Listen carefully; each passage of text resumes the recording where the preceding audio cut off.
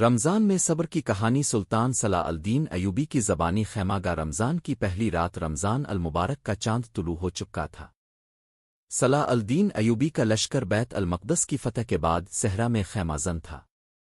سپاہی تھکے ہوئے تھے، زخمی تھے، مگر دلوں میں ایک نور تھا۔ یوسف، نوجوان سپاہی سلطان، آج رمضان کا پہلا روزہ ہے۔ دشمن نے خبر بھیجی ہے کہ وہ کل صبح حملہ کرے گا۔ کیا ہم روزہ رکھ کر لڑ سکتے ہیں؟ سلطان صلاح الدین ایوبی آئرہ یوسف، تم نے سوال تو اچھا کیا، مگر سوچو، کیا اللہ نے صبر کو کمزوری سمجھ کر دیا ہے؟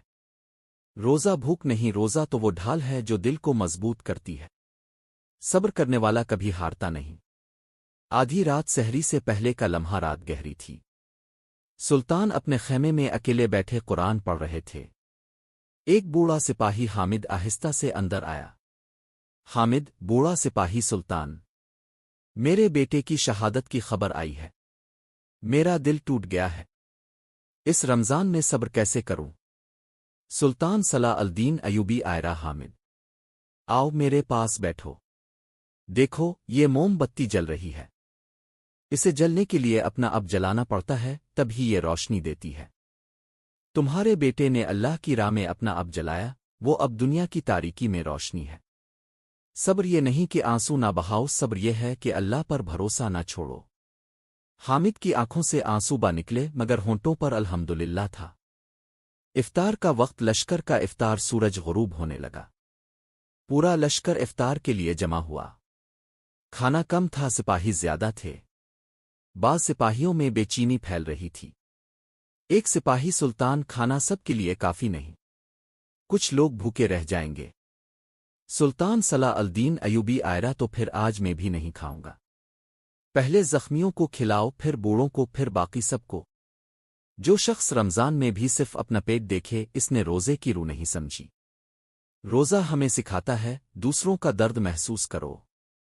سلطان نے خود نہیں کھایا اور اپنا حصہ ایک زخمی سپاہی کو دے دیا۔ لشکر میں ایک عجیب سکون پھیل گیا۔ صبر کا پھل رمضان کی آخری رات تھی۔ دشمن کا حملہ ناکام ہو چکا تھا، فتح ہو گئی تھی۔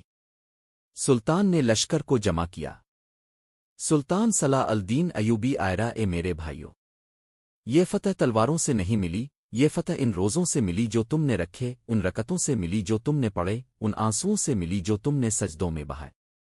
یاد رکھو، دنیا میں جو کوئی بھی صبر کرتا ہے، اللہ اسے کبھی خالی ہاتھ نہیں لوٹتا۔ رمضان ہمیں یہی سکھاتا ہے، صبر کرو، اللہ کے ساتھ رہو، فتح ضرور ملے گی۔ اور صبر کرنے والوں کو خوشخبری دو، پورا لشکر اللہ اکبر کے نعروں سے گونج اٹھا۔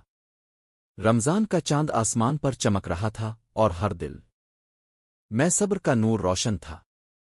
اللہ ہمیں بھی رمضان میں صبر کی توفیق عطا فرمائے، آمین سم آمین۔